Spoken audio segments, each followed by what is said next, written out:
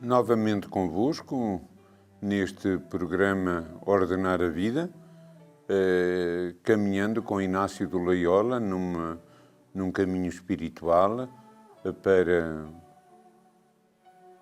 encontrar Deus, a sua vontade e desejar só e sempre fazê-la. A disposição interior de querer encontrar-me com Deus e de perguntar-lhe em oração e no silêncio.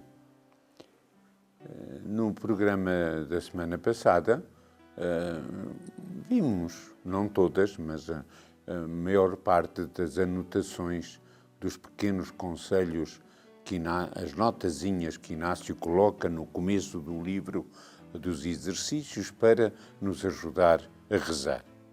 Depois também tem, e é sobre isso que nos vamos ocupar hoje, tem as chamadas adições. As adições são como que conselhos para a liturgia interior da nossa oração. Há a liturgia externa, há a liturgia que mete uma procissão de entrada, mete a cruz, mete o incenso. Há uma liturgia mais ou menos solene. Às vezes não tem, é só a celebração da missa, ou é só a celebração de laudes ou de vésperas, mas pronto, é uma celebração litúrgica. Mas depois há a liturgia interior, que é a liturgia do coração, que é a liturgia da alma, que é a liturgia vivida por dentro, na oração e em oração.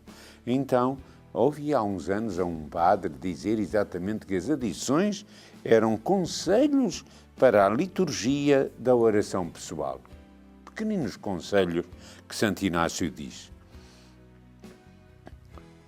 Sempre com o desejo, repare bem, sempre com o desejo, diz ele, para melhor fazer os exercícios e para melhor achar o que se deseja.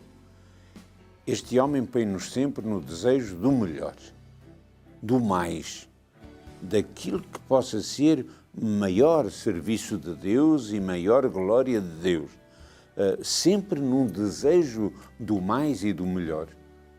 Então, estes conselhos, destas adições, conselhos práticos para o exercitante e para quem dá os exercícios, ser ajudado na sua oração e na busca do que deseja. Aparece um primeiro bloco, diria eu, não sei se interessa dizer, mas quem tem um livro dos exercícios pode depois ver em casa, aparece um primeiro bloco desde o número 73 ao número 85, com 10 adições, seguidas de 3 pequeninas notas, 10 adições, 10 conselhos práticos, e as notas são sobre a penitência e também depois como é que estas adições se devem ir mudando consoante a caminhada de exercícios que estamos a fazer. No começo será de uma maneira, mais adiante, nas chamadas semanas, como já expliquei no primeiro programa, será feita de outra maneira. A primeira e a segunda adição dizem respeito à preparação da oração. Primeiro, a preparação remota, ou seja, Inácio, na tradição de muitos santos e místicos até antes dele, está atento a que é necessário preparar a oração. A oração é algo importante. Então, uma preparação remota de véspera.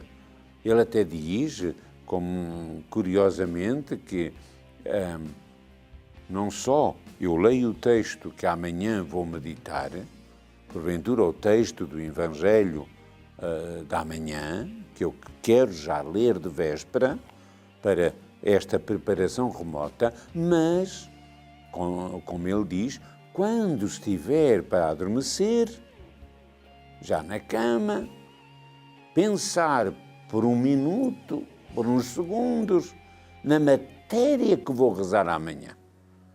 Até parece um artifício um bocadinho exagerado, mas não é. Não é, e sabe porquê? Eu vou ajudar a perceber.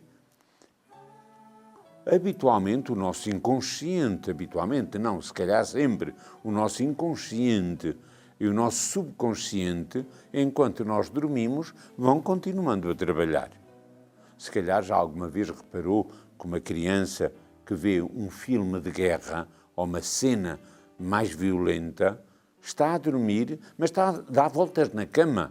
Às vezes até fala alto, às vezes até geme, porque o seu inconsciente está a funcionar e ela está, apesar de estar a dormir, está a viver aquela cena horrível daquele filme. Como também nos é dito e dá muito fruto, quando a gente quer aprender uma língua, por exemplo, ler à noite, quando já está para repousar, aqueles significados, aqueles verbos, aquela dimensão da língua, do alemão ou do inglês que está a aprender, porque o meu inconsciente e o meu subconsciente durante a noite vão funcionando e isto me ajuda. Se calhar já alguma vez reparou que, quando adormece a pensar numa cena que viu na televisão, quando acorda às 3 da manhã, ou depois quando acorda com o despertador cedo, a primeira cena que lhe vem à cabeça foi exatamente aquela com a qual adormeceu. Se adormece a pensar no sacrário, quando de noite acorda, é o sacrário que lhe vem ao pensamento, ou quando acorda de manhã, é o sacrário que lhe vem ao pensamento. Então, esta preparação remota é sumamente importante. Se adormece a pensar numa preocupação da sua vida económica ou da sua família e alguma coisa que angustia, quando acorda de noite é isso que salta cá por dentro outra vez, ou quando acorda de manhã. Então, a preparação remota é uma maneira de nos ajudarmos todos, cada um no seu esforço de oração, nos ajudarmos a preparar de véspera, com a leitura, que mais não seja, do texto, e às vezes é melhor, mais que a leitura, tomar umas notazinhas. Olha este versículo, olha esta palavra de Jesus, olha esta atitude dele, tomar umas notazinhas, até num caderno espiritual, porque depois isso me vai ajudar no dia seguinte a rezar. Hoje há muita gente que, com o passo a rezar, aquele modo de que o apostolado da oração lançou para ajudar as pessoas a rezar, se eu de véspera já ouço e já registro ou no computador ou no meu IP3, já registro o texto, os comentários, aquela música suave, isso me ajuda a ficar embalado durante a noite, para que amanhã de manhã, quando for para o emprego e ou ir no carro ou ir no metro, eu rezo já de outra maneira, porque ficou cá dentro a caldear dentro de mim. Então esta preparação remota é importante. Eu penso que hoje a maior parte das pessoas não a faz.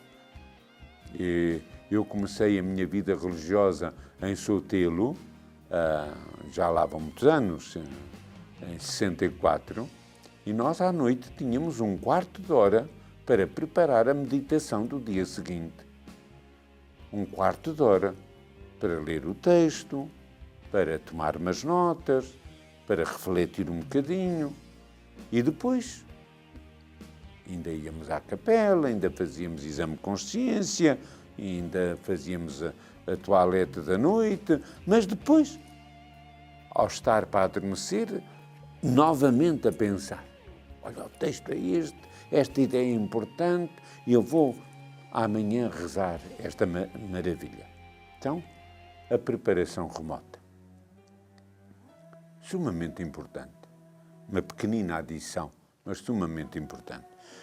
A segunda adição está ligada com esta, que é, agora que eu vou começar a oração, diz Inácio, entrar na presença de Deus, junto do local onde vou rezar, e se vou rezar a passear, ou se vou rezar na viagem de autocarro ou de metro, como muita gente faz hoje, e ainda bem, porque ao menos aproveita o seu tempo, entrar na presença de Deus. O que é que isto quer dizer? Fazer um ato de fé. Deus está aqui, Deus me ouve, eu não o vejo, não o sinto, mas acredito que está. Eu vou estar com Ele, Ele está comigo, e a minha oração vai ser um diálogo com um Jesus, com um Espírito, com um Pai, com Nossa Senhora, que estão presentes.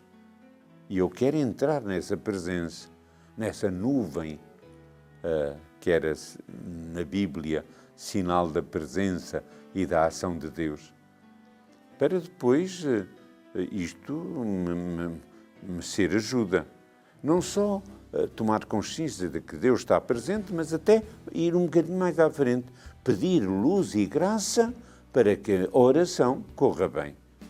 Pedir sabedoria ao Espírito Santo, pedir para que me ajude a concentrar, pedir para que me ajude a fazer silêncio interior.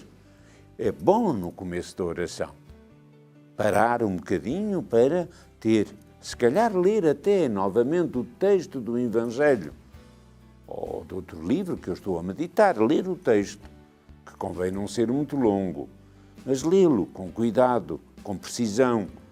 Não entrar na oração como quem abre a porta e quer entrar para casa dentro.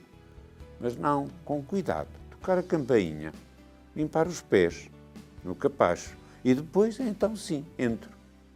Mas este entrar significa ato de presença de Deus, ato de fé que Ele está presente, pedir luz e graça, ler talvez o texto novamente, o texto que eu já li na véspera, mas que agora quero ter presente, para que isto me ajude a entrar em oração e não entrar de um modo qualquer. Se entro mal, a oração não vai correr bem.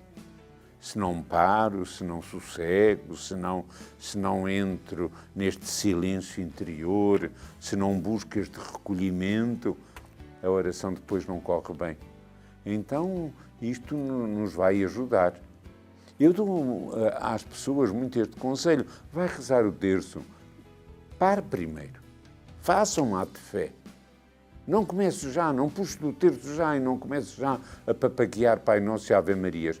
Pare, reze, converse, entre na presença de Deus e só depois começa o primeiro mistério. Porque depois todo o terço já é rezado num ambiente espiritual diferente. E quem diz o terço diz as laudes ou as vésperas. Então esta preocupação da preparação recente, para que, preparado, eu recolha mais fruto da oração que vou fazer.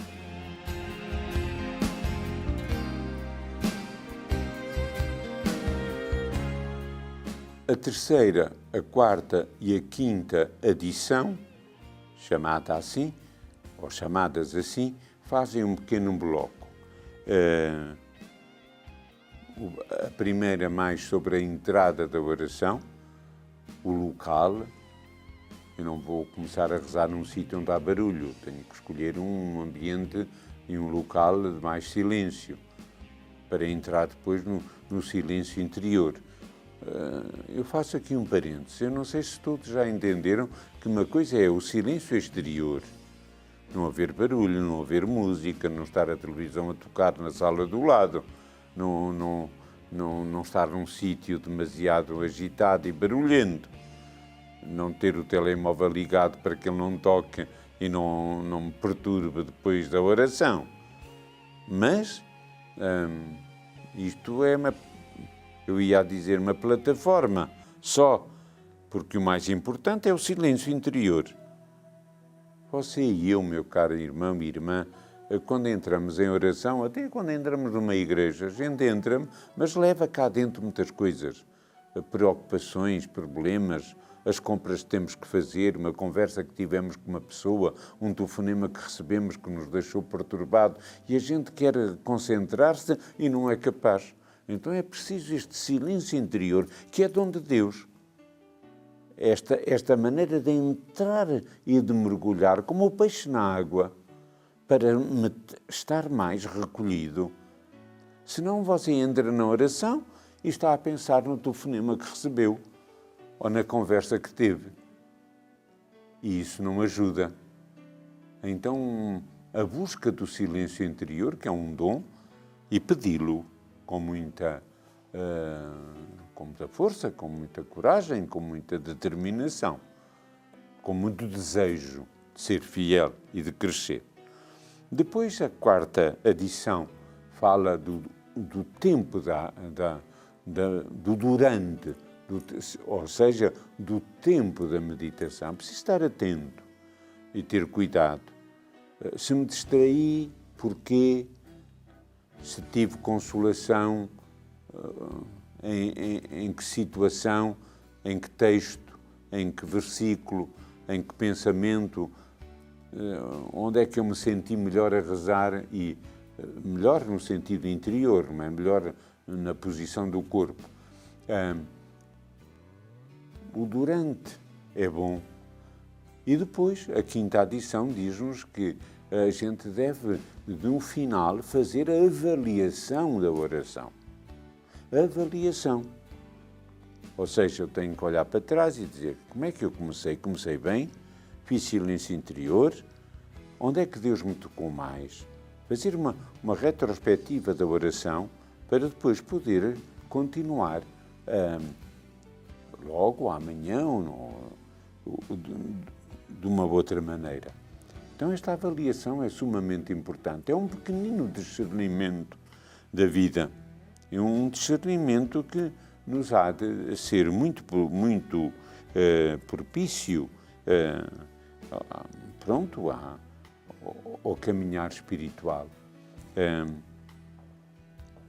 Às vezes é daqui que vem, desta avaliação, que vem a matéria para depois nós termos desejo de fazer uma repetição desta oração. Repetir para aprofundar mais, para ir mais ao fundo, para perceber melhor aquela ação de Deus, para me deixar mover mais por aquela moção espiritual, para aquela luz que o Espírito Santo me deu. Então tenho aqui nesta avaliação depois a matéria para, porventura, poder avaliar mais e melhor e aprofundar nas tais repetições. A prática da vida ensina-nos que não é fácil para o exercitante habituar-se a fazer de um modo proveitoso a avaliação. Não é fácil. Porque é daí que nós depois nos vamos apercebendo dos toques do Espírito Santo dentro de nós, vamos também apercebendo, se calhar, das nossas infidelidades, eu distraí-me naquele momento e não retomei a oração logo. Olha, dissipei-me porque fui rezar para um sítio onde havia mais barulho. A avaliação não só da ação de Deus em nós, mas também da nossa colaboração com Ele na própria oração. Depois há um novo bloco de 3 adições, a 7ª, a 8ª e a 9ª, de pequeninos detalhes que Santo Inácio coloca para nos ajudar. Desde a claridade, por exemplo, quando se está a meditar a paixão, ele disse que não se deve ter muita claridade, não se deve pensar em coisas alegres, não se deve ter uma música que mova a alegria, porque a gente o que quer é sintonizar com a paixão de Jesus. E ao contrário, quando estamos a rezar a ressurreição, que depois que se faça, exatamente pensar em coisas que nos movam à alegria e a música também nos possa ajudar a este estado de alegria. Diz também que temos que ter cuidado, porque há, sei lá, se estamos a rezar um grupo, se passamos uns pelos outros no corredor, que não haja um sorriso, que não haja uma atitude de distração. Se estamos numa casa, várias pessoas a fazer retiro, que a maneira como estamos à mesa, ou a maneira como fechamos ou abrimos a porta do quarto, pode distrair o vizinho do lado. É sempre o que Inácio diz no número 73 dos exercícios. O próprio corpo é nosso irmão. Antigamente parece que só a alma é que rezava, o corpo ficava fora da igreja ou da capela. Não, o corpo vai connosco, o corpo faz parte de nós. E a posição física e um certo aconchego. Se eu estou a rezar de inverno num sítio muito gelado, eu não consigo fazer oração, ninguém consegue concentrar-se. Então, também ter a preocupação de que o próprio ambiente me ajude a concentrar-me. São estes preciosos e pequeninos conselhos da tal liturgia da oração pessoal. Se é verdade que Deus também está no barulho, pois claro que está, Deus está em toda a parte. Está numa máquina que está a funcionar e está no metro quando vamos em viagem, ele vai connosco. Mas é também verdade que no silêncio o podemos encontrar e descobrir melhor. No silêncio da natureza, no silêncio do nosso quarto, numa paisagem bonita que avistamos, ou quando estamos junto ao mar olhando as ondas e a paisagem maravilhosa de um oceano. Então, tudo nos pode ajudar ao tal recolhimento e à tal oração. Portanto, as adições são estes pequenos conselhos, estes e outros. Inácio dá mais, e até muda as adições quando se entra na terceira semana, que é a semana em que se reza a ceia e a paixão, ele muda algumas adições, como aquela que eu referi há pouco. Agora, na paixão, menos claridade, as janelas mais fechadas, uma música que ajuda a concentrar. Porque tudo nos tem que ajudar a entrar no mistério de Deus e na busca deste amor dele que nos quer convertidos ao seu amor e nesta caminhada de encontrar e buscar Deus em todas as coisas. Os exercícios espirituais são para isso. Quer seja a contemplação, a meditação, a oração vocal, qualquer que seja o exercício que estou a fazer, o que importa é que eu, através do que rezo, encontre Deus e a sua vontade. Sempre este desejo latente no coração, sem pressão, sem nervosismo, sem preocupação doentia, sem escrúpulo, mas sempre num desejo de, como ele diz, a expressão é dele, melhor fazer os exercícios e de melhor achar o que se deseja. E o que é que se deseja? Deus, a santidade, a vontade dele, encontrar o caminho onde me realizo melhor, encontrar os meios que Deus quer para mim, quer na penitência, quer na oração, quer na vida família, buscar com a graça dele. Então, se nos formos habituando a um silêncio interior, depois encontramo-lo no jardim, quando vamos ao supermercado às compras, quando estamos a subir uma escada, quando estamos na estação do metro. Podemos estar em intimidade com ele, podemos e devemos. Quando uma dona de casa está a passar a ferro, Pode estar a fazer uma hora de oração, uma hora santa, porque pensa em Deus, porque se une, porque reza, porque está unido ao sacrário, porque de tempos a tempos diz uma jaculatória, ou diz até muitas. Francisco de Assis passava noites inteiras a dizer meu Senhor e meu Deus. Então, mergulhar nesta oração e aprender a estar com este Deus para o nosso crescimento interior e espiritual. Assim terminamos o programa de hoje e eu vou-vos dar a bênção para que seja confirmação da ação de Deus em nós, em mim e em vós, e para que aos poucos, pegando neste livro e tentando assimilar um bocadinho o que aqui se diz, quer sobre as anotações da semana passada, quer sobre as edições que hoje explicamos, a tentarmos progredir e a graça de Deus nos há de ajudar. Que a bênção de Deus Todo-Poderoso, Pai, Filho e Espírito Santo, desça sobre vós e convosco permaneça para sempre. Amém. Uma boa semana, boa oração, vá lendo e vá exercitando no dia a dia estas maravilhas que este grande mestre Santo Inácio nos foi ensinando.